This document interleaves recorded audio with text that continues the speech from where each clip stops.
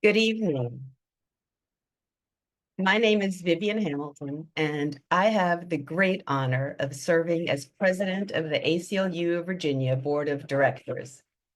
First, I'd like to thank you all for being here for our annual meeting. I know there are other things you could be doing right now, so we're glad you chose to join us. And if you're like me, you joined tonight's meeting because you're looking for assurance that the ACLU of Virginia has a plan to protect the civil rights and civil liberties of all Virginians. I'm confident that by the end of this evening, you'll see that in fact, we do have a plan. The ACLU of Virginia is not new to this work. It's work we've been doing all along. It is true that threats to our democracy are evolving and growing, but we are evolving and growing to counter them. We know that Trump's second term will present even greater challenges than his first, and that we'll all need to be diligent in protecting our rights and the rights of the vulnerable. We don't do this work alone.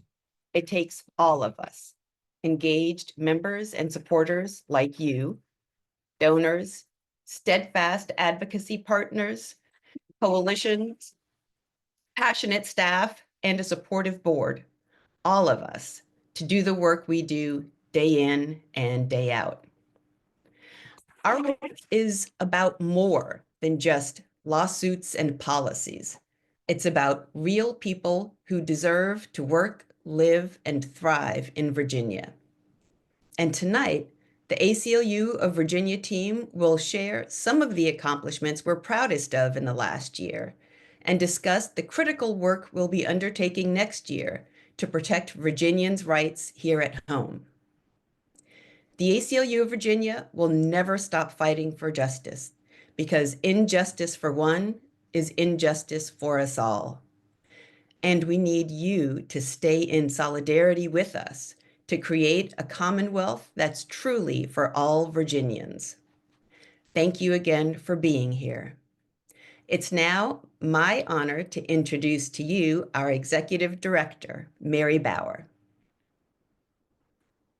Thank you, Vivian. And thank you all for being here with us this evening. We are so delighted to be here and to have you here with us. My name is Mary Bauer, and I am just so pleased that you have taken the time to join us tonight. We can't do any of our work at the ACLU of Virginia without you, our partners, supporters, and advocates. It's work that every one of our staff members is passionate about and takes seriously because it is work that has a real impact. As we look forward to challenging years ahead, and I will talk about some of those challenges shortly, it's important that we not lose sight that we have faced challenges like this before, and the ACLU was made for moments like this. Take just one of the issues that we work on, LGBTQ rights. In just the last year, our K-12 team fought the impact of Virginia Department of Education's anti-trans model policies. Our organizing and policy teams were on the ground, providing parents with the tools to stand up to school boards in Hanover County, Spotsylvania, Virginia Beach, and Roanoke. Our communications team brought together 13 transgender and non-binary Virginians and 12 queer, Black, Latinx, and Filipino American artists to tell stories that counter stories of trans trauma with stories of trans joy. And our lawyers brought 3 lawsuits on behalf of trans students who were denied bathroom access, sports team access, and the right to be called by the name they prefer. In July, a federal judge ruled that Hanover County Public Schools could no longer block our 11-year-old client, Janie, from trying out for a sports team just because she's trans, saying in that ruling that by doing so, the school district had likely violated both Title IX and the Equal Protection Clause of the U.S. Constitution. All real people, real impact, and that's just one of the issues that we work on. A couple other wins from this year. We sued ICE and we reunited dozens of immigrant families by forcing ICE to release people it had detained even after they had won their immigration cases in court. We also saw years of hard work pay off this summer when we finally got a program called the Earned Sentence Credit fully implemented. That is a program that provides a path for people who work hard in prison to earn their release. People like our client, Stephen Priest, who held his son for the first time in 11 years outside of prison walls. Our client, Leslie Puryear, who was released just in time to spend Thanksgiving with his family. And our client, Jose Isais Garcia Vasquez, who finally got to meet his daughter in person. We'll do more work like this in 2025, but we will be doing that work against the backdrop of a second Trump term. And we know that when our rights are under threat at the federal level, it is even more important to shore them up here at home.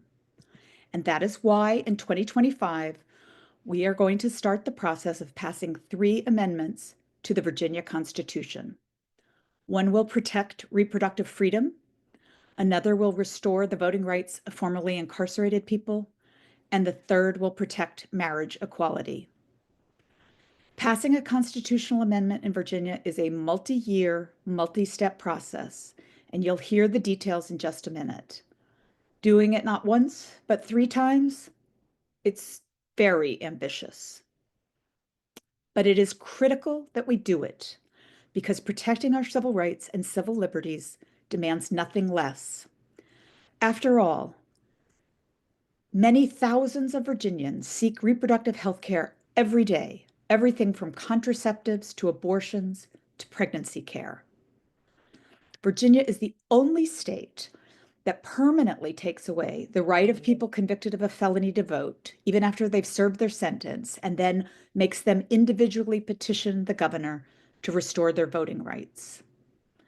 And lastly, the antiquated language in Virginia's Constitution that still makes same-sex marriage illegal just needs to go, providing peace of mind for thousands of couples to marry who they choose. Of course, the more than 250,000 Virginians who are LGBTQ plus adults, for example, are just some of the Virginians who we know could be disproportionately affected by President Trump and Project 2025's hateful, extreme proposals. 1 in 4 Virginians are immigrants or the children of immigrants. And we know that there are others who will be unfairly targeted under a Trump administration. Attacks on the rights of all Virginians will require the ACLU of Virginia, which means all of you as our community, to be diligent. We will be watching the policies the Trump administration puts in place, as well as changes that shift the infrastructure of our democracy, like appointees to key agencies and the appointment of more extreme conservatives to federal, state, and Supreme Courts.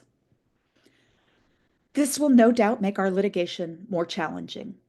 We don't know exactly what will happen when.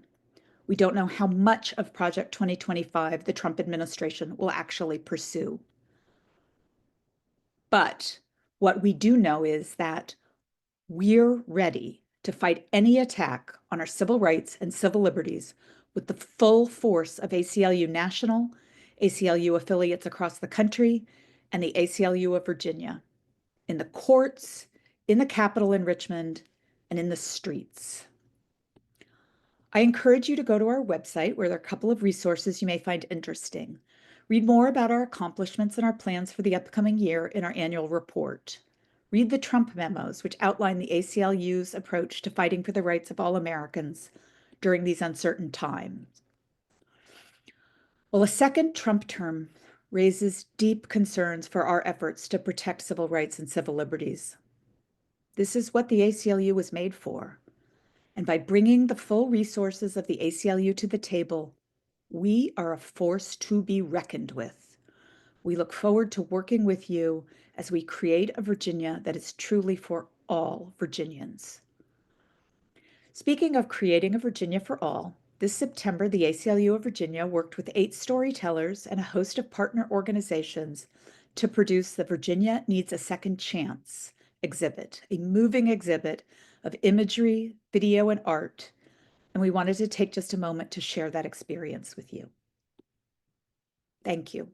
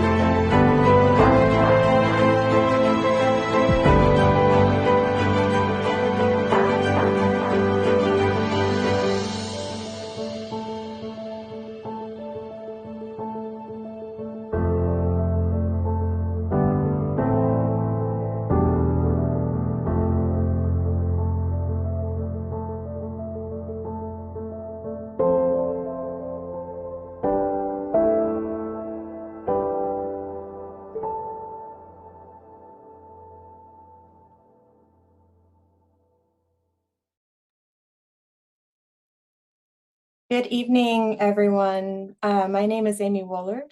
I'm Chief Program Officer here at the ACLU of Virginia. And that Second Chances exhibit was truly so special and amazing this fall. I'm so glad we got to share a little bit of it with you all tonight. And one of the constitutional amendments that Mary mentioned earlier that we're working on passing could affect some of the very people in our exhibit. That's the amendment to Virginia's Constitution that would restore the voting rights of formerly incarcerated people. But as you also heard from Mary, we're working on passing two other constitutional amendments too, to protect Virginians' rights here in the Commonwealth. And that's to protect reproductive freedom and to enshrine marriage equality. Joining me this evening, I'm so pleased to have my colleagues, Brianna Diaz, who is our Policy and Legislative Counsel, and Chris Kaiser, our Director of Policy. And as we go through this conversation, if you all have any questions, I would just ask that you drop them in the Q&A, and we have folks looking at those to bring to us this evening. So we have some questions dealing with our constitutional amendments, Brianna and Chris, but first, let's talk about the specifics of them. Can each of you share a little information about what the amendments are and what impact they would have on Virginians? And maybe, Brianna, could we start with you? Yeah, of course. Good evening, everyone, and thanks for joining us. We have so much information to go over and share with you in ways you can support. So just quickly, I'll cover two of the three constitutional amendments that Mary just went over. The first of which is the right to reproductive freedom. And what this amendment would do is it would codify in Virginia's Constitution a fundamental right to reproductive freedom that is defined to include the spectrum of reproductive health care. So not just abortion care, but also contraception, fertility care, miscarriage management, as well as pre and postnatal care. we know and have seen here in Virginia attacks against reproductive rights, health, and justice. And now it feels more important than ever that we ensure that there are robust protections in our state's constitution that prevent government interference with our healthcare decisions. The Second Amendment that was discussed is an amendment that would repeal actually a current constitutional amendment that prohibits same-sex marriage. Some folks on here might remember that 2006 amendment banning same-sex marriage in Virginia. That is an antiquated and unconstitutional amendment, but yet it remains in Virginia's constitution. And so what the Marriage Equality Amendment seeks to do is repeal that amendment and replace it with an affirmative fundamental right to marriage based period. And this is important for a lot of reasons, because we've already seen in a judicial activist Supreme Court that overturned Roe v. Wade that rights that we thought were secure for long term may not be. And so in the event we are ever in a situation where the landmark cases, Windsor and Obergefell, recognizing the fundamental rights to marriage for same-sex couples, is overturned, here in Virginia, those marriages would still be valid and recognized. And that is a sense of security for over 20,000 LGBTQ couples that are currently married in Virginia, including myself. So very important amendment. And I'll stop there and pass it to my colleague, Chris. Yeah, thanks, Brianna. And thanks, Amy, for the introduction. Thanks, everybody, for joining us. My name is Chris Kaiser. I'm a policy director with the ACLU of Virginia. The other constitutional amendment that we're really excited about and that we've been working really hard on are called HJ2 and SJ2. This is the one that has to do with restoring voting rights for people with felony convictions. Essentially, this is just going to end the racist Jim Crow stain of permanent felony disenfranchisement in the state of Virginia. This, frankly, should have been done probably in 1870, but we're going to do it now. Under current law, the way that it works in Virginia is that every single person who is convicted of any felony whatsoever loses their voting rights for life, unless the governor of Virginia individually decides that those rights should be restored. That is really extreme, it is draconian, but it's also completely arbitrary. We're the only state in the United States that does it like that, with individualized restoration, the only way to get your rights back. If you need to illustrate how arbitrary this is, just look at the previous two gubernatorial administrations. Each restored somewhere in the neighborhood of 104,000 people's voting rights over their 4-year terms. Governor Youngkin is currently entering or about to enter his 4th year, and he's only up to about 7,000. That's like 6% of each of the other two governors that we've had over the last 2 terms. We don't even necessarily know what criteria they're abiding by or whether it's a standard set of criteria. It is completely arbitrary and is unfair. What these constitutional amendments would do is simply say that every person upon release from incarceration gets their voting rights back without any other action required of them. It is simple and it is just. It's the way that we should be headed, just like a majority of the rest of the country.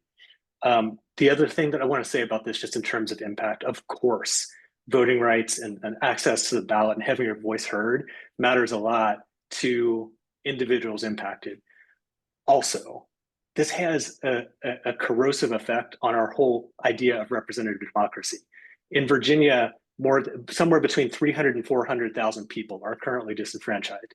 That's at least 3.5% of our entire voting age population in the state. So if you've got 3, 4, maybe 5% of the population whose voices cannot be heard, do we have a representative democracy? And the racial disparity within that is extremely stark. More than 1 in 10 Black people of voting age in Virginia are disenfranchised today. 10% of our Black voting age population is disenfranchised. And so what does that mean about whose voices our democracy responds to? That is not a way that you run a democracy. That's not the society we want to live in. And I'll be clear, that was the point. In the Constitutional Convention of 1902 and 1903, you've got delegates on the floor saying exactly that discrimination is the point. I'm not going to read the quotes that are quite unsavory, but they're saying on the floor exactly the point of enshrining this policy in the Virginia Constitution was to discriminate against Black people in the state. That is what we're up against, and that's what we're working to undo in 2026. I hand it back to you, Amy. Thank you so much, Brianna and Chris, and thanks for breaking those amendments down and making it so clear, you know, the history that we have to reckon with here in Virginia and the history that we're hoping to make once again in a positive direction over the next few years. So we've talked about the amendments themselves, and we are talking about changing our state constitution. That's a momentous thing to do. It has a bit of a momentous process and somewhat of an unusual one here in Virginia, along with a few other states. Can you talk about, Brianna, our particular legislative process? How does our constitution get changed in these ways? What's the path to victory for us in terms of our particular process? Yeah, and what a question that is. And so an important one, right? Like, we want these constitutional amendments to be successful. We want them to get before Virginia voters because we know Virginians overwhelmingly support the right to marriage, the right to reproductive freedom. That includes abortion access and the right for folks to vote. So you know, how we get there is a long process because Virginia is what we call a legislative referral state. So we do not have like citizen initiated ballot initiatives. Instead, how we are able to amend the Virginia Constitution is a resolution, which is basically a bill, is introduced into our legislature during a General Assembly session. It must pass one session. And then it must pass a second legislative session, but there has to be an intervening House of Delegates election. You know, the thought process there is that, you know, we want to ensure that changes that are made to the state constitution are actually wanted by, you know, Virginians. And so the intervening election is a way to check like that populist support. So for these three constitutional amendments that we're talking about tonight, they will be introduced or further acted upon in the 2025 legislative session that starts this January. We then have our House of Delegates election in November of 2025. And should we keep a pro-civil liberties and civil rights majority in the House, we then get to reintroduce those exact same resolutions in 2025 in the 2026 legislative session. And then should they pass again, then and finally after that long process, will it be put on the November 2026 ballot for Virginians to vote on? So that is a very long process that requires all of us to ensure, for all of us to take action throughout that legislative and electoral process to see the outcome we want. And so that can look like a lot of ways that we all can take action, right? Like it's one way we can take action now is to reach out to your delegate or your senator to let them know you support these amendments and that you want them to vote in support of the 2020 vote in support of them in the 2025 legislative session.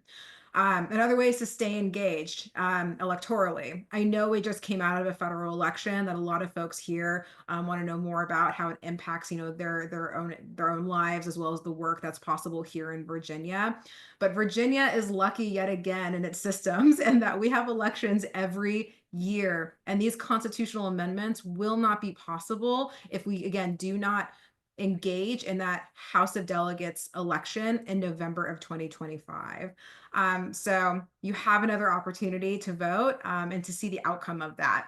And then again, stay engaged in 2026 to ensure our amendments pass then. And then we hope and encourage you all to show up at the 2026 November ballot box so we can finally amend the Virginia Constitution to reflect the values we all hold. Thanks so much, Brianna. And that is quite a process, but do not worry. We will be sharing a lot of information the whole time with you all. There will be a lot of opportunities to learn more to become more engaged. So you don't have to have memorized the 2-year process. From Brianna's excellent explanation, you will probably hear it ad nauseum in the coming years, but it's so important.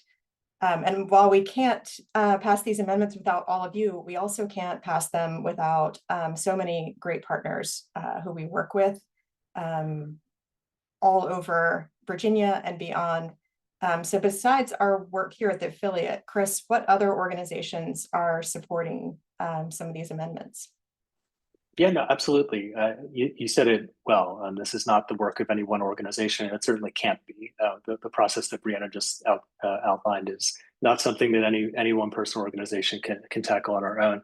I will say, starting with the voting rights restoration piece that I talked about a minute ago, it really is a beautiful, diverse coalition of organizations and advocates and grassroots folks that have come together already, and it's continuing to grow.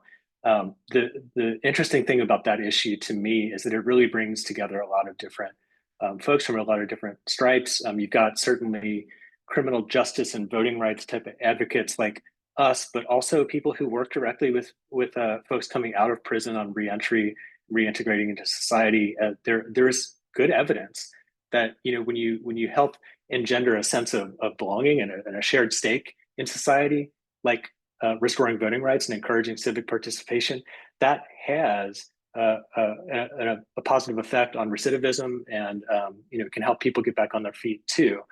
So a lot of people who are working directly with reentry. We saw yesterday at the House committee hearing on that one, some folks from substance abuse and recovery spaces came out to support it. We have a lot of faith leaders and faith-based organizations who support that, because it's all about redemption and forgiveness and making sure that we can continue on with our lives regardless of mistakes we've made in our past.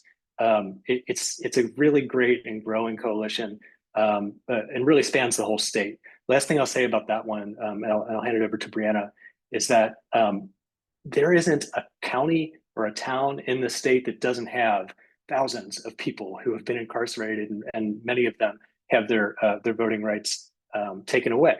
And so this really cuts across geography, it cuts across party, it cuts across everything. Mass incarceration affects all of us. And I think that you see that reflected in the blend of our coalition. Brianna.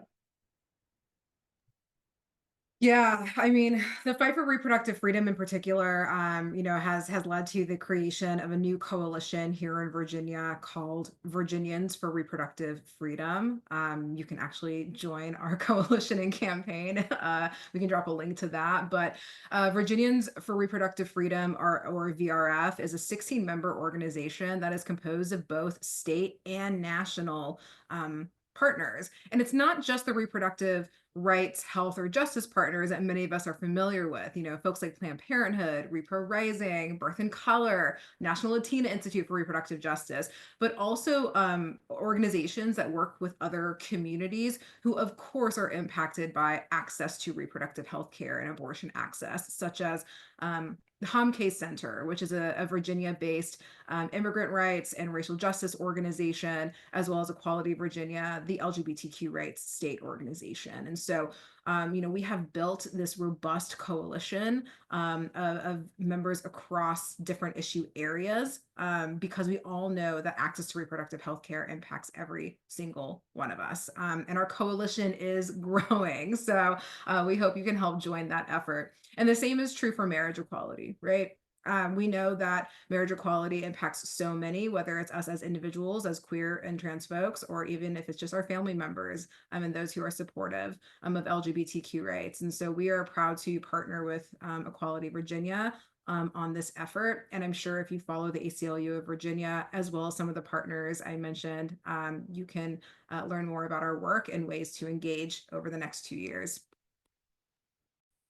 Thank you so much. It's been so inspirational just to see the breadth of support coming together for these amendments. And I think it's only going to grow over the next few years. So getting down to the nitty gritty, this long process that Brianna outlined so well for us had a real moment this week in terms of kind of starting the path in a really formal way. So yesterday, the House of Delegates Privileges and Elections Committee met to discuss the House versions of the amendments. Chris, can you tell us, what is that committee meeting? Kind of why did it happen? Why is it happening now? What happened there and what happens next? Basically, a lot of what happened and what happens. What happened and what happens. Yeah. So essentially the General Assembly took the first formal step. Obviously we've been working on this and talking to people for months and months and months before this, but yesterday was the first official step to move each of these constitutional amendments forward through the legislative process.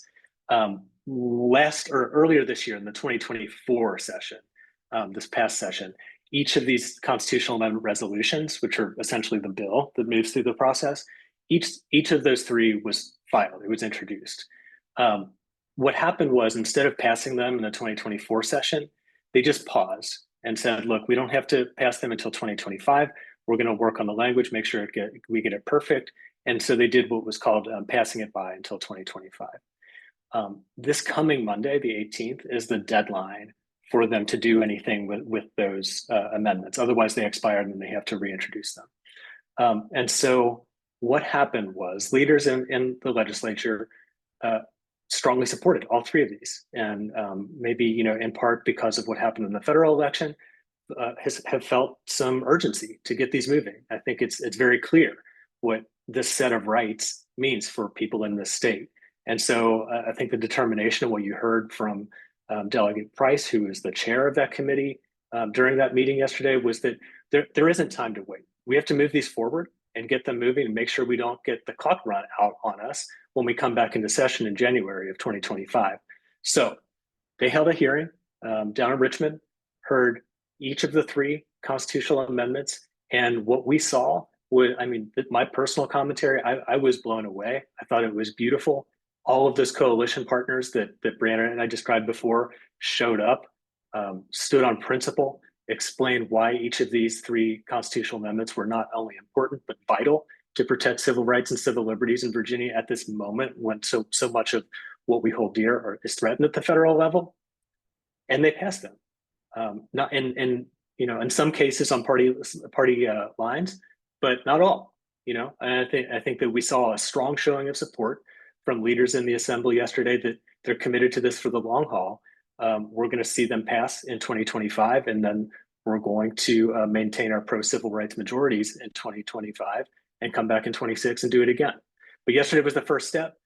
The legislature comes in for their full regular session on January 8th, and that's when the fight continues. So as Brianna said earlier, stay tuned for that, because this is a long process. It can be difficult to follow over like 2.5 years, but every step really matters. There's so many opportunities for it to be derailed. We've passed the first mark, and we've got more coming in just a couple months. Thanks so much for that, Chris. And we will keep you all posted on all of that, and definitely ask you to join us and ask you to help in various ways. So we had sort of a great first step this week, but obviously these types of efforts, these amendments, are going to face some challenges, to say the least. So maybe starting with you, Brianna, can you talk to us about what are some of the greatest challenges we will be facing in these efforts? Just some. Okay. No, but there's just so many. But no, I think what comes to mind immediately is, the 2025 election is essential to our success in these efforts. And so, we hold a pro civil rights, civil liberties majority in the House of Delegates, but it's a slim majority, right? It's 51-49, and the entire House of Delegates will be up in 2025. And as Chris, said in his answer that, P&E committee voted on all three amendments, and two of them were partisan votes. One of them, the marriage equality, was bipartisan, which was really exciting to see. But we can tell that it's really important that we maintain, again, those pro-civil rights or civil liberty majorities in the House. And it's essential that we all learn more about these amendments, talk about them with our community, our family, our friends, and turn out to vote in 2025. Because if we do not maintain that majority or even grow that majority, this effort likely fails and we have to start the process all over again. And so, that is where my mind is at, is like, how can we let folks know more about this long legislative referral process, the many ways they can plug into it, but really focusing in on the importance of the 2025 election, just so Virginians can finally make their voice known on these issues at the ballot box in 2026. That's where my head's at. And Chris, what do you see as some of the challenges facing, the voting rights amendment, and just adding on to just the sample of challenges that Bree mentioned? Yeah, I think that was well stated for Brianna. The only thing I might add is just more, ideological or issue based. Fear and ignorance, I think, is the tough thing, particularly when we're talking about people who have been to prison. There can be sometimes a lot of fear mongering about who we're trying to give voting rights to. Yesterday, we saw a little bit of that start, and we just need to get past that. And the only way I think we do is for people to recognize that we're all humans, that we all matter, and all our voices matter. We have to continue to make that known, not only in our own personal relationships, but to our lawmakers. As I said, that issue in particular, mass incarceration, loss of voting rights, loss of a voice in society, essentially, doesn't just affect some people, doesn't just affect some geographies. Everybody in this state, every area of the state has people, every legislator has constituents who are directly impacted by this, and they need to hear from that. Absolutely. Thank you so much. Thank you all for your questions in the chat too. Thank you. Amy's already in the chat saying, what is the best way for us to volunteer to help pass these amendments? You're a mind reader. My next question for our panelists was going to be to talk about, what can people do to support this work? What can people do to support these amendments? And maybe Chris, can we start with you but hear from both you and Brianna? Yeah, let me start by doubling down on something I was just starting to talk about. But what we've said a couple of times, this is a long process. This phase of the process is all about the legislature. They need to pass these instruments through the legislative process. So they need to hear from folks. I think that as Brianna was saying, we have support for all three of these. They passed their committee. We think that the majority of the assembly supports all of these. But if they don't know that their constituents care about this deeply, then they could be vulnerable to some of that fear mongering or some of those questions from the other side. And I think it's incumbent on all of us who think that each of these three issues is important and vital to civil rights and civil liberties in Virginia to make that known. It may seem simple, but if they're only hearing from the other side, and believe me, yesterday the other side showed up too. They're hearing from the other side. And if that's the only side they're hearing from, or it feels about even, then things can go sideways really fast. So we need to be together on the pro-civil rights side, and they need to hear from us.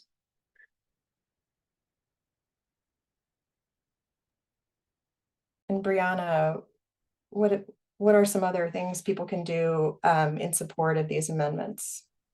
Yeah, get involved. I know we're dropping links in there, but we're gonna for the reproductive freedom amendment, Virginians for Reproductive Freedom, in partnership with ACLU and every other member, are gonna start hosting these statewide virtual events, so you can learn more about the constitutional amendment for reproductive freedom, what its impact will be, why it's so important, and ways that you can support this 2-year effort. When I think immediately, or what's coming up soon, we have the 2025 session, and there's going to be so many opportunities for y'all to come to Richmond, if you can or want to come visit the General Assembly by participating in one of our lobby days, whether it's hosted by the ACLU or in partnership with many of the folks that we're working with on these 3 amendments, or really any part of our policy agenda.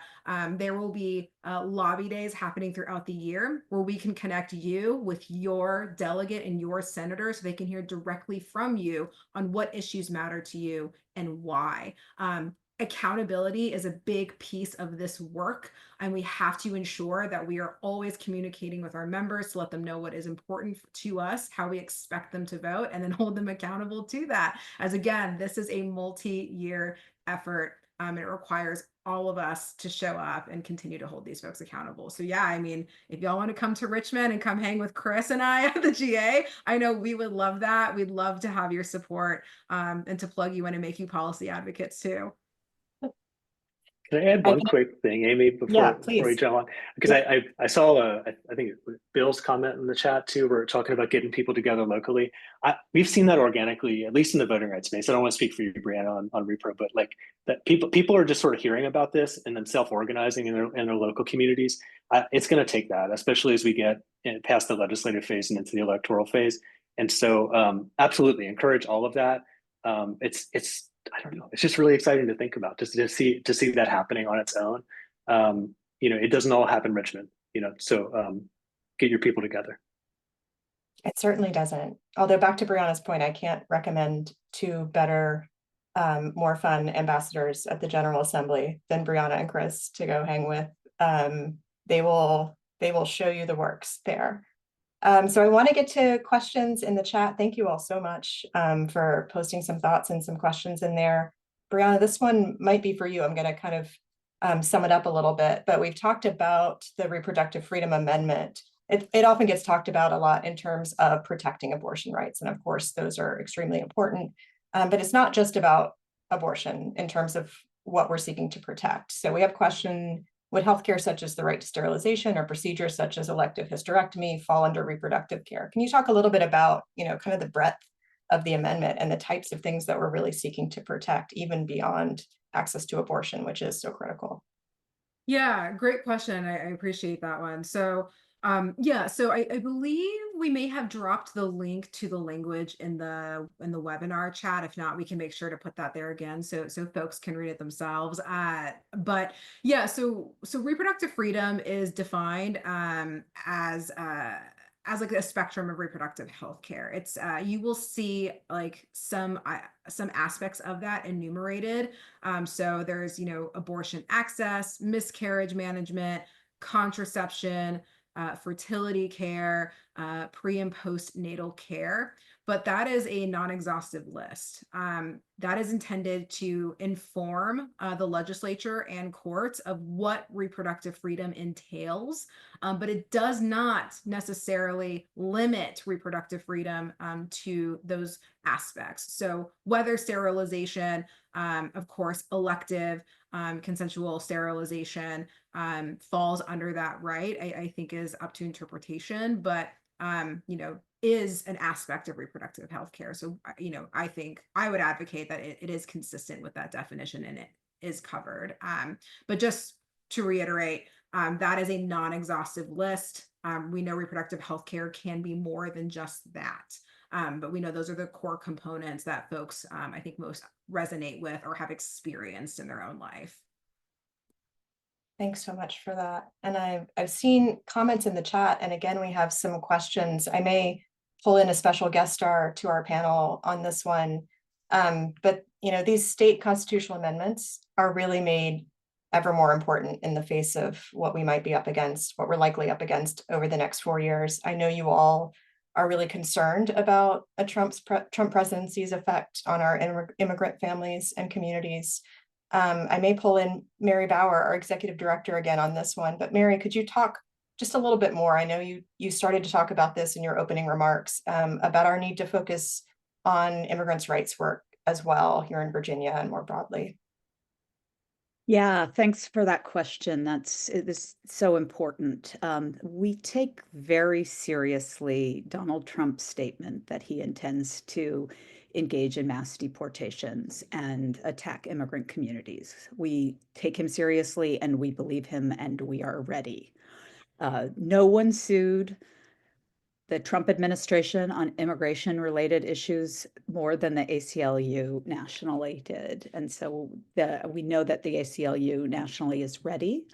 But we're ready too here at the affiliate to make sure that immigrants in Virginia are protected. We, a couple years ago, created a small immigrants' rights project, hired a highly experienced attorney to do quite a bit of advocacy, and we are gearing up to protect Virginians. We know that about a quarter of Virginians are either immigrants or the children of immigrants. So this is a very, core issue, and that affects huge numbers of people in our state.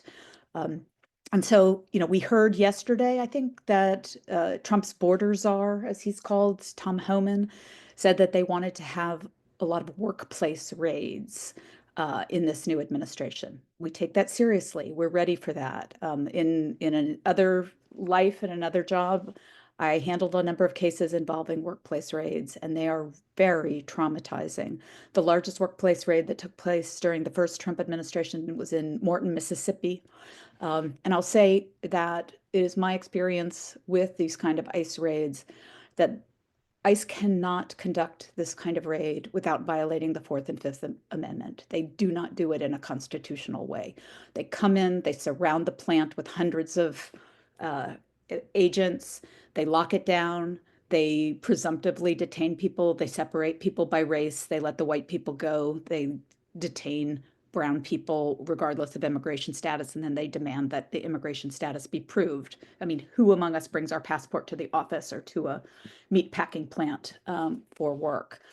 So we're ready. We will respond to that. We will respond to raids. We know early in the first Trump administration, there were some apartment raids with ICE agents going door to door, just looking for Latinos. And we are ready to respond to that kind of action by the Trump administration as well. And then I think I'd be remiss if I didn't mention that in the first Trump administration, even more than deporting undocumented people, Trump very successfully made a lot of people who were documented undocumented. And that's something we'll be watching out for. And that's like by terminating something like temporary protected status for people from individual countries, right? So through his actions, he actually created large numbers of new undocumented folks.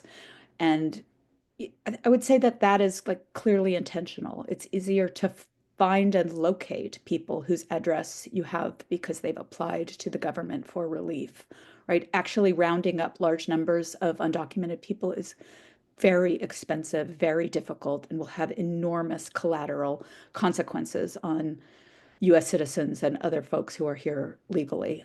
So we have geared up, we are ready, we are talking to national, and we will not sit idly by and let Virginia families be destroyed. Thank you so much for that, Mary. Time has flown. We could all talk about all of this for hours. We're going to keep talking about it for years to come. Brianna and Chris, thank you so much for sharing all the information about the constitutional amendments. Bringing them to passage in 2026 is going to bring us one step closer to a Virginia for all. For all of you, we hope you found our session informative and that we can count on you to help us pass these amendments. You will also see, I see some comments in the chat, you'll see Brianna and Chris in the halls of the GA working against things like book banning, working on things like police surveillance. We're going to be sharing more information about all of those things. So please sign up for our emails and stay tuned for that. You can also support our work by becoming a member, by making a donation to the ACLU of Virginia as well. We really can't do this without your support, without you sharing what we're talking about with your friends, with your neighbors, with your communities, and staying engaged.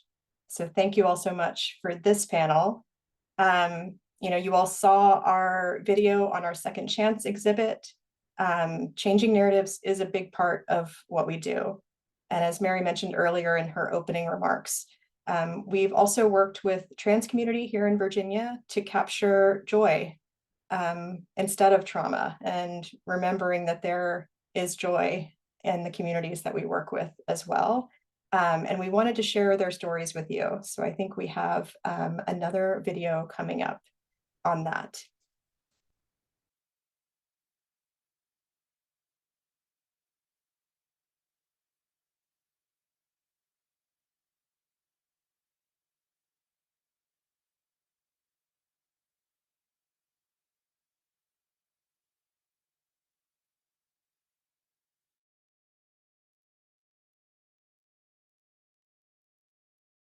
Community is all of us. My community are everyday workers. My community is the bus driver. My community is the lunch lady. My community is the custodian.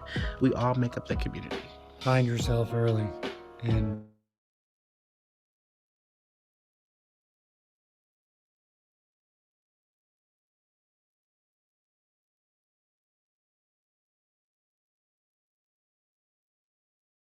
take further steps or the bigger steps that you're wanting to take. But there is a future for you, and you have people out there that you will love and will love you that you haven't even met yet. I would love if I could ask for those of you who have the bandwidth and the capacity to continue to fight. Maybe that means voting, maybe that means being involved in your community, maybe that means creating beautiful forms of art or entertainment that is spiritually or fulfilling.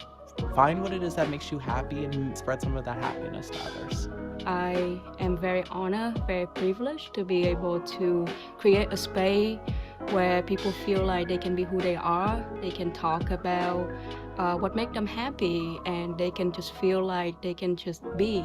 My community is everything that people cannot define, and we are the future, we are the present, and we're also part of history.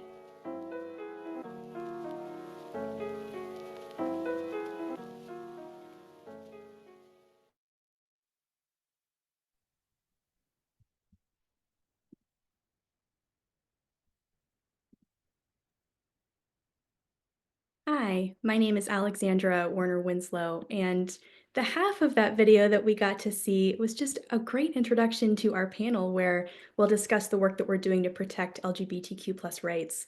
We will be sure to find another channel where we can share the video in full so that y'all get to see it in all its beauty. But for right now, I'd like to introduce you to my colleagues, Jamsheed Bakhtiari, our Director of Organizing, and Wyatt Rolla, our Senior Transgender Rights Attorney. As with our first panel, if you all have questions as we are chatting, please drop them in the Q&A chat. We would love to answer them.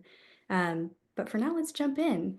And I'd love to start off by acknowledging that LGBTQ+ rights is a pretty broad landscape. So I'm wondering if we can just start by talking about the specific kind of focus areas that we've had for our work here at the ACLU in the last year or so. Wyatt, can you kick us off? Sure. And I'm so glad we're having this conversation here tonight. I'm sure a lot of folks know, whether you're an LGBTQ person or love someone who is, that this is like a really frightening time for LGBTQ people in the US, and particularly I think for trans people. And our affiliate has really met that moment in a lot of ways for quite some time now. I mean, you heard from my colleagues about the incredible work that's gone into marriage equality.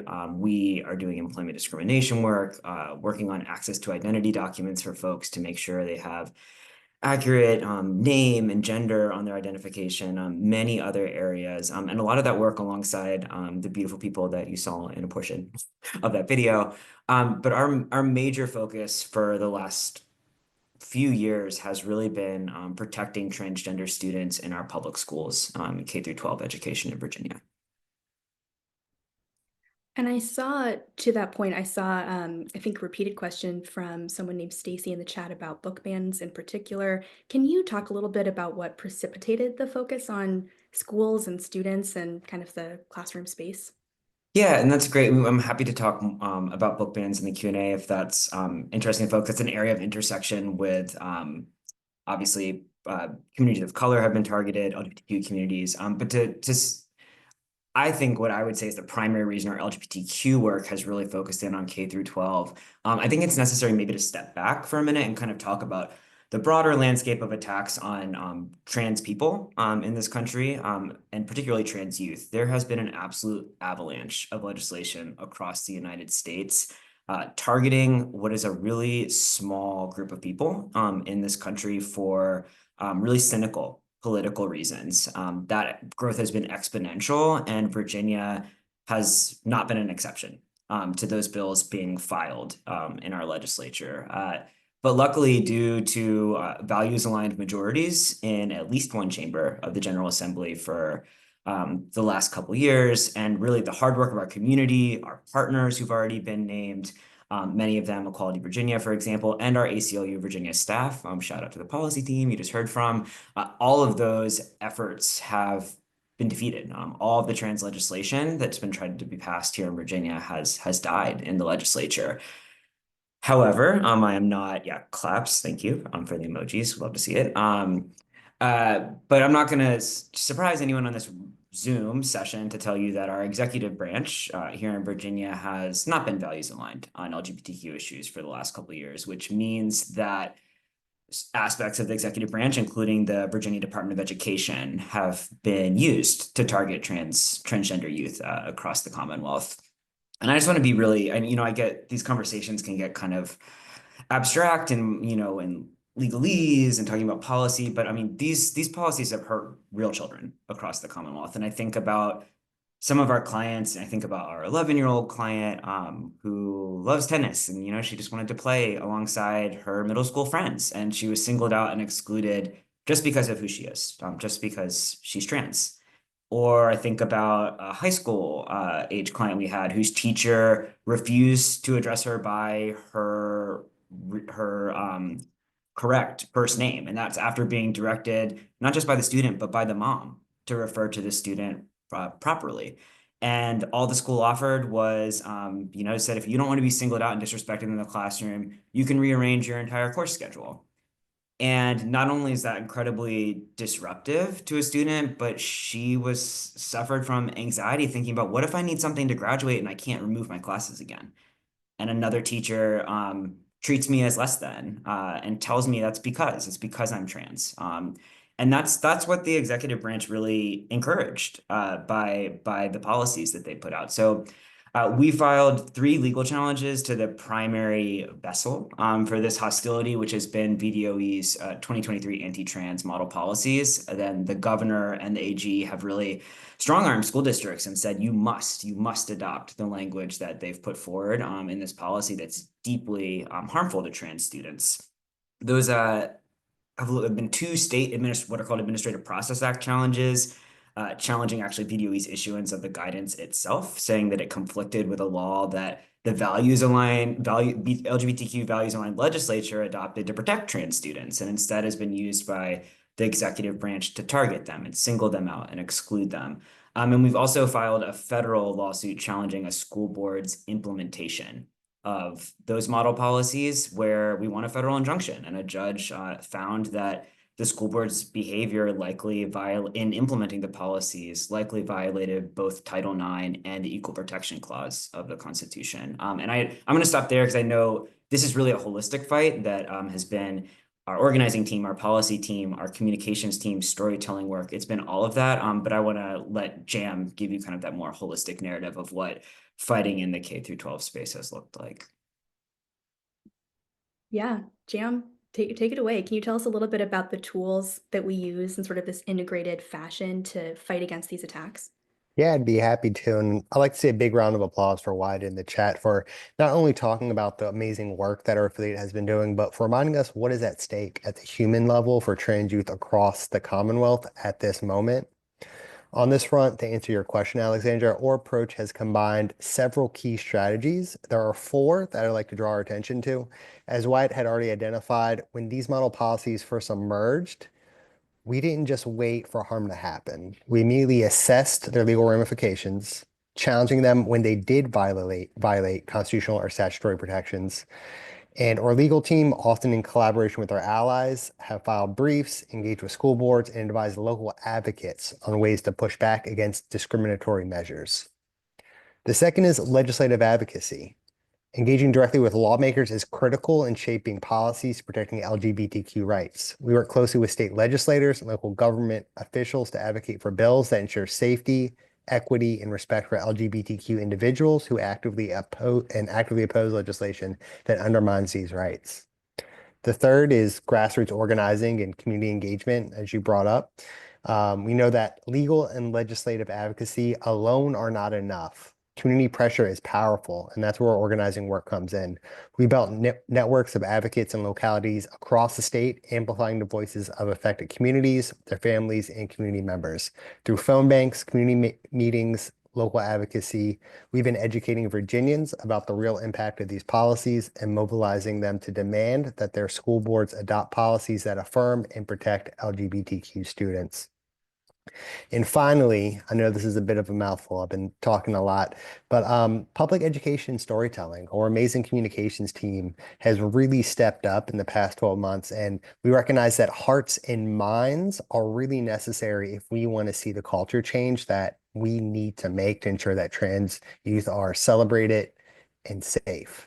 So by sharing the lived experiences of LGBTQ Virginians, we've helped communities see these issues not as just political abstractions, but as a matter of basic human rights. And storytelling has been a powerful tool. We just saw a video that was part of that project. We put together a zine that's been a part of that project, and we're taking that on the road, showing that around Virginia to communities across the Commonwealth. So in terms of what's been most effective, I'd really say it's the intersection of all these approaches. We use integrated advocacy at our affiliate, and no one tool alone is to get the job done. Just like when my car breaks down and I take it to the mechanic needs several tools to fix my engine. If we want to ensure that the Commonwealth is safe, we need to use all these tools to make sure we can get the car running and back on the road. Yeah, I love that analogy. You're absolutely right. I dropped my car off the mechanic today, so that is top of mind for me. And I think, Jam, I'm really grateful that you kind of framed it up as like these four distinct pillars of our work, if you will, because to be honest, I think sometimes people hear American Civil Liberties Union and they think like lawsuits. And that is a really, really important tool that we have in our toolkit, but it is not the only tool that we need to get the job done. So I think that you've really framed it accurately, sort of one alongside others. And one recent project comes to mind for me where we didn't actually rely on litigation as much as we did some of the other pillars you just named, and that's our electoral work in Virginia Beach. Can you talk a little bit about that? Tell people kind of why we took that work on, why it was important, and what the results were? Yeah, sure. I'd be happy to. And Alexandra, if I end up getting too long-winded, don't feel shy about reeling me in. I want to respect our audience's time and everyone else's time. But in the 2024 election cycle, the ACLU of Virginia concentrated its efforts in Virginia Beach, recognizing the city's pivotal role in shaping policies that affect civil liberties at both the local and state level. So this begs the question, why Virginia Beach? So Virginia Beach is the largest city in Virginia, and it serves as a bellwether for broader state trends. The city's school board decisions influence educational standards and policies and set precedents for other districts. So we realized that Virginia Beach was a locality that we needed to be working in. So what is it that we did in Virginia Beach? Well, we focused in on three primary strategies. One is voter education. We provided comprehensive information about the importance of school board elections and how these positions affect policies related to free speech, LGBTQ rights, and educational equity. This was done primarily through the work of our policy team that conducted surveys of the various candidates that were running in the districts that were up for election this year. Additionally, we did issue advocacy. We highlighted critical issues such as the protection of LGBTQ students and opposing book bans and promoting an inclusive curriculum. So we wanted to highlight what was at stake. And finally, community engagement. We organized a Trans Joy storytelling event in Virginia Beach in the lead up to the election, highlighting those stories that we talked about. And we directly connected with voters. In collaboration with ACLU National, we sent almost 27,000 text messages to voters in Virginia Beach, urging them to vote in the school board elections and reminding them of what was at stake. Now, why is this work important? School boards have a profound impact on the daily lives of students and the broader community. They make decisions about curriculum content, the inclusivity of school environments, and the protection of students' rights. By focusing on these elections, we aim to ensure that elected officials would uphold the values of equity, non-discrimination, and free speech. So that's the importance, and that's what we did. What was the impact of that work? It's a really good question. Now, I do want to point out that the ACLU of Virginia is a nonpartisan organization, and we do not endorse candidates. What we do, though, is advocate tirelessly to educate voters about the civil liberties issues at stake. And we were consequential in this task. Indeed, this year in Virginia Beach, every single values-aligned school board candidate that was up for election won their race. Thanks for that, Jam. Yeah, it's a ton to summarize. I mean, it was months of work. So I think that it's really incredible to be able to be on this side of that work and to look back on it and kind of see the full arc of what we did in the community, especially because all eyes in the country and it really globally were on the federal election, which has been hugely consequential. But it is easy to forget that local elections are also incredibly impactful, especially in the day-to-day senses that Wyatt was describing with some of our litigation and the experiences that students are having there. So yeah, very, up and down the ballot, it all matters. However, I want to pull out the sort of less optimistic, I guess, piece of what you were just saying, and talk a little bit about the election. I think it's something that we've already touched on tonight, and this is another area of our work that will not be immune to a second Trump term. So Wyatt, I'm wondering if I can hand you kind of a broad question and start with you about the impacts that we expect to see here in Virginia on LGBTQ rights and some of the work that we're preparing to do. Yeah, so I will not be as sunny as Jam, which maybe will not surprise anyone here. But I think this is also helpful to pull back a little bit and talk about the context in which Virginia will be impacted by this. I mean, let's just talk about the election cycle itself and LGBTQ people, and again, trans people during the election cycle. Since we weren't identified as a swing state, maybe you were lucky enough to not be barraged by these ads, but during the election cycle, the Republican Party spent $215 million on anti-trans campaign ads specifically. We, trans people, are less than 1% of the population of the United States. So some people have done the math, and that's roughly $134 per trans person of ads targeted at voters, dehumanizing trans people and attacking their dignity. And in fact, actually one of the most, I think the most commonly run Trump ad in the last month, the full last month in October, was an ad with a sentence on the screen of Kamala supports taxpayer-funded sex changes for prisoners and illegal aliens, and ends with a tagline, Kamala is for they, them, Trump is for you. Right, so I think all of that is to say, besides just boo, that's awful, is that I think we can expect anti-trans efforts to be a major theme of the coming administration and potentially Congress, because I think that they may learn that was successful in them and in securing majorities and in persuading some swing voters. It's also a major theme in Project 2025, if folks have taken time to look at that. So I think we need to be ready, right? And just to pull out a couple of themes from Project 2025 and also from some of Trump campaign materials, I'll say two big buckets because there's really a lot we could talk about. But I think we will see attempts to end federal non-discrimination protections for LGBTQ people.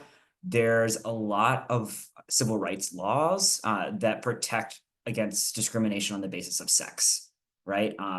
People are probably most familiar with this from the Bostock decision that the Supreme Court of the United States issued several years ago that found that Title VII, the employment discrimination civil rights law, protected LGBTQ people and transgender people from employment discrimination because to discriminate against transgender people requires discriminating on the basis of sex.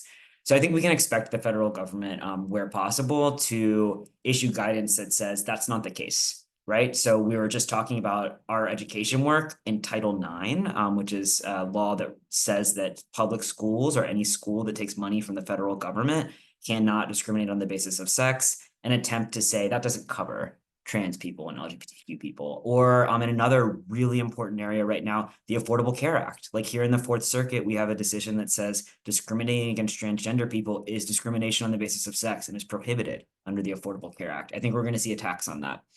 And then the second large bucket is I think we might see the federal government attempt to really mandate discrimination against transgender people by the federal government. So for example, think about federal funding that covers healthcare, right? That's the same strategy that was used to attack abortion access, saying, okay, Medicaid funding can't be used to cover gender affirming care.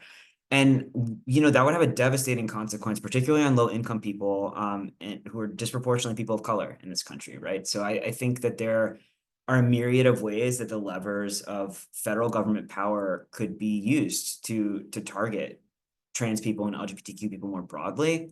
Now, because I'm pathologically optimistic, I will tell you the good news of us here in Virginia is that you know, if you don't, we're the only Southern state where minors can still access gender affirming care. Another, we're serving as a similar kind of haven that we are in the abortion care context that I know you heard a lot about from the policy team earlier. And we're also the only state in the South with a non-discrimination law that explicitly protects on the basis of sexual orientation and gender identity.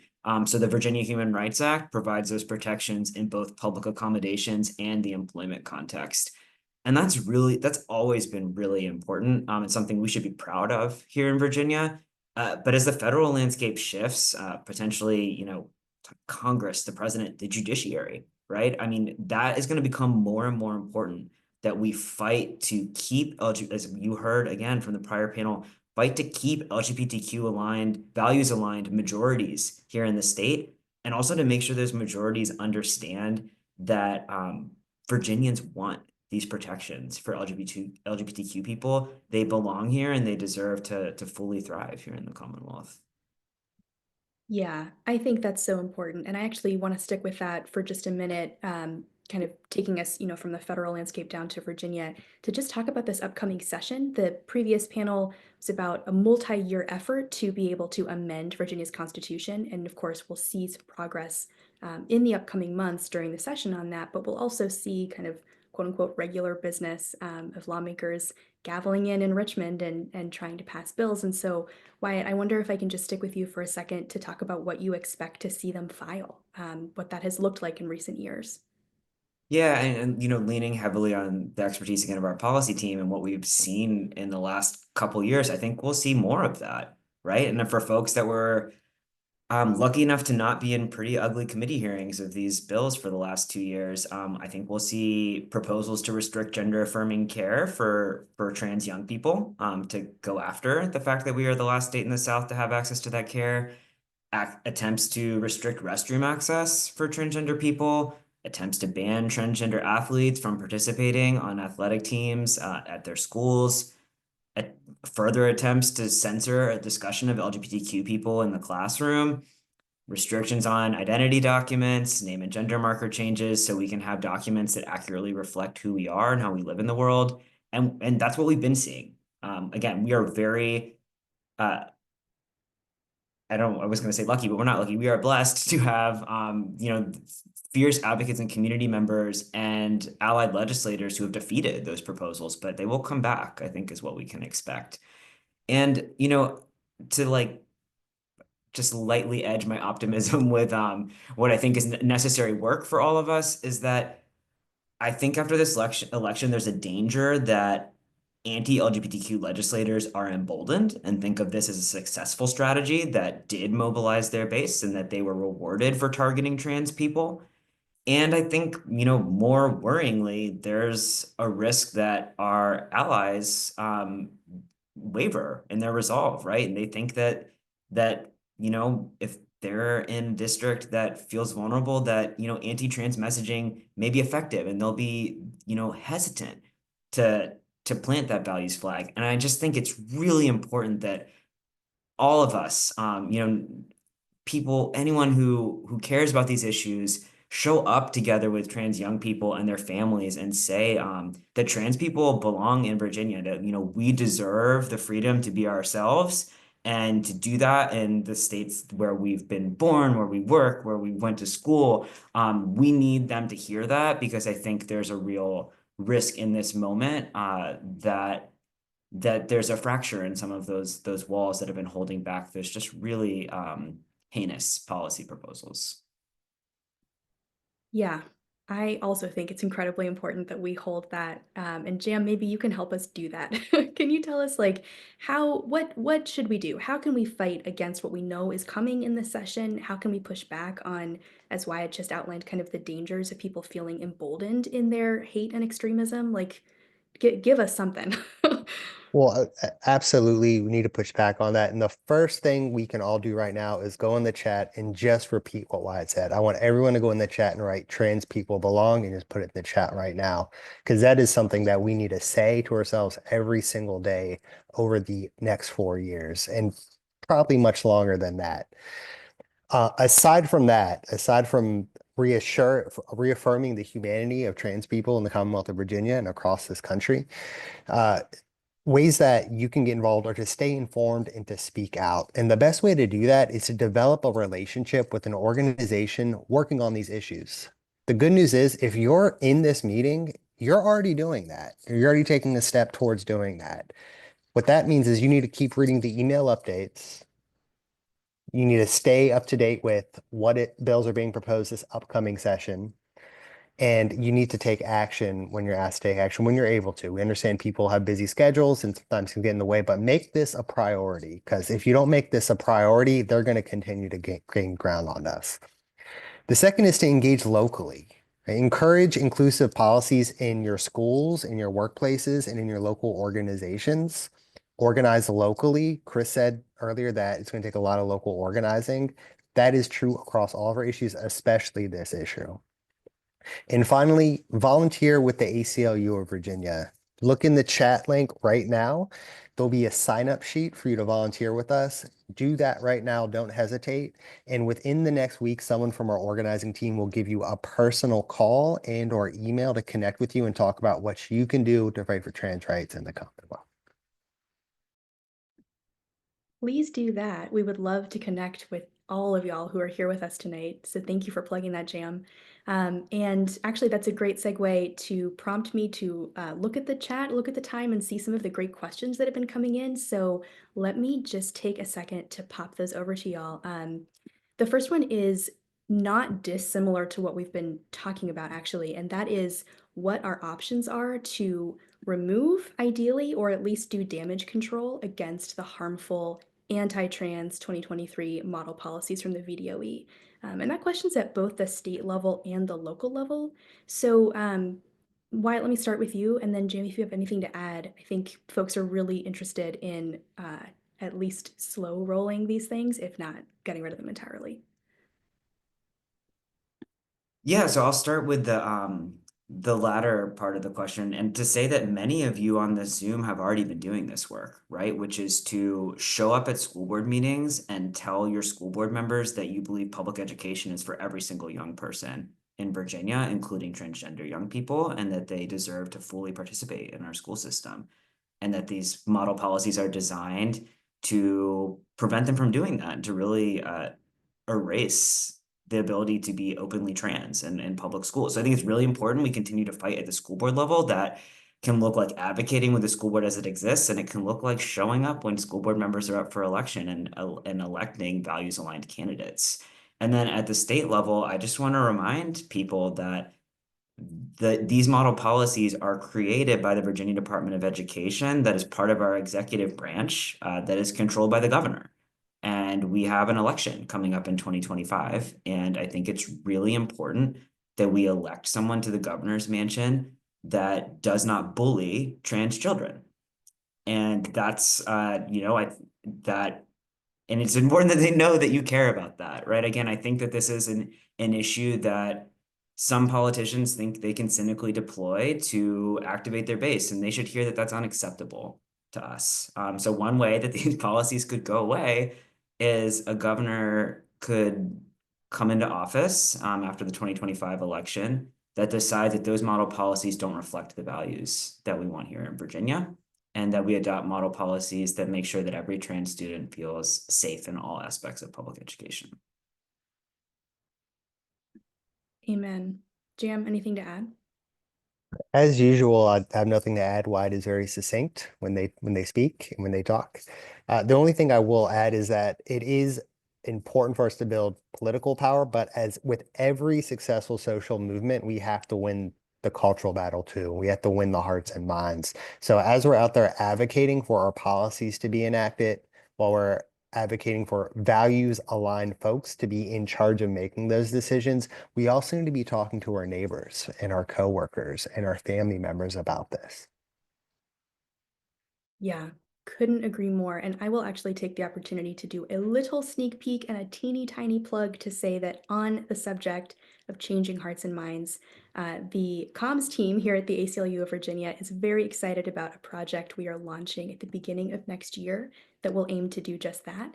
But I'm going to be cryptic and leave it there and say that if you want to learn more and you want to see those stories when they go live, please sign up for our newsletter, follow us on social media. We will be putting those babies out in the world everywhere we can.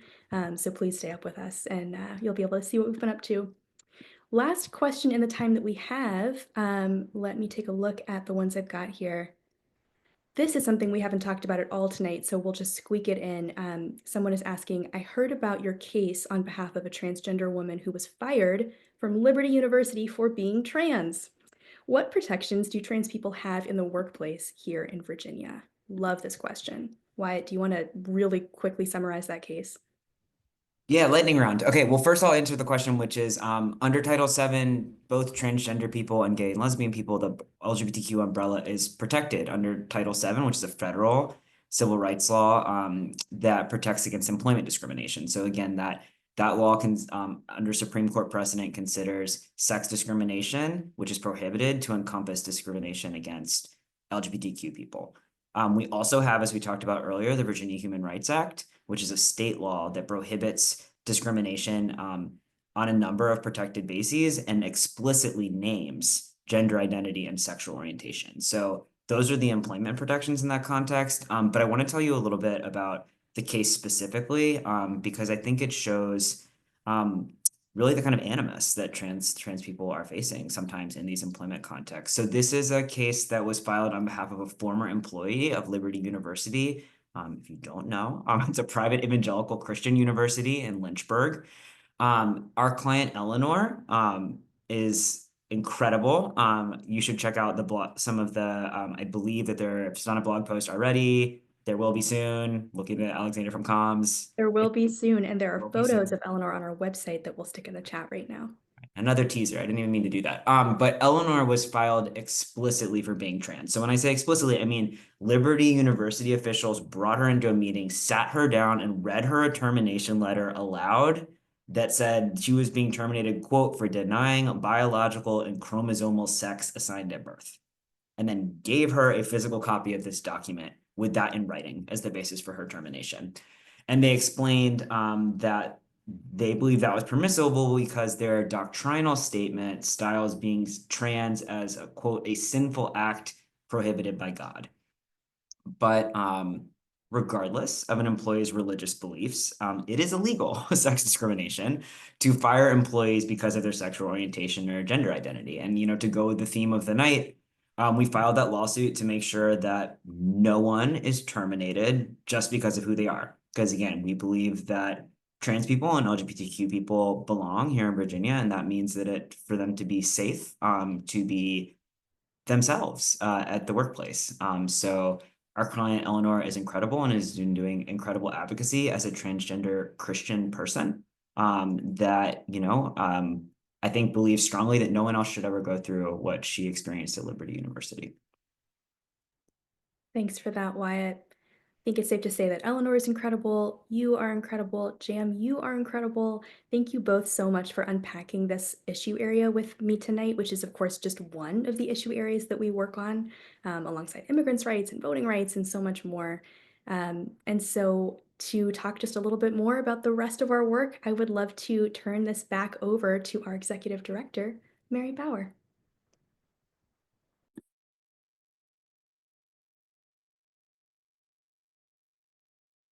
Thank you all for joining us this evening. It's been an incredible evening and it's been wonderful to share it with you all. I hope that you learned something about the work ahead of us here in Virginia. And I hope you're leaving with a clear sense that together we've got this in hand. I won't say we have all the answers, but with our integrated advocacy approach and your support, we've got the tools to work through the challenges ahead. But it is not just about us. It's also about you. We can't do this work without strong partnerships and supporters like you. So I want to be very transparent in asking for your continued support. If you're not a member of the ACLU of Virginia, I urge you to join the over 20,000 across the Commonwealth and become a member today.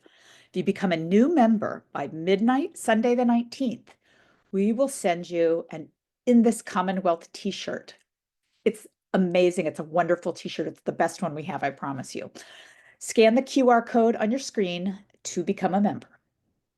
Now, if you're already a member, consider becoming a Guardian of Liberty by making a recurring monthly donation. Or consider as a holiday gift, gifting a membership to someone you know and love. Of course, we always welcome donations. There are many ways you can give with stocks, IRAs, donor-advised funds, or with the end-of-year gift. Our development team stands ready to discuss the best way for you to give. I said earlier, we will need your help reaching out to lawmakers, providing testimony, attending events, working in your community, and more. The best way to stay abreast of the threats we're facing and to help us is to sign up for our newsletter by visiting our website, acluva.org. You can also follow us on Facebook, Instagram, and X.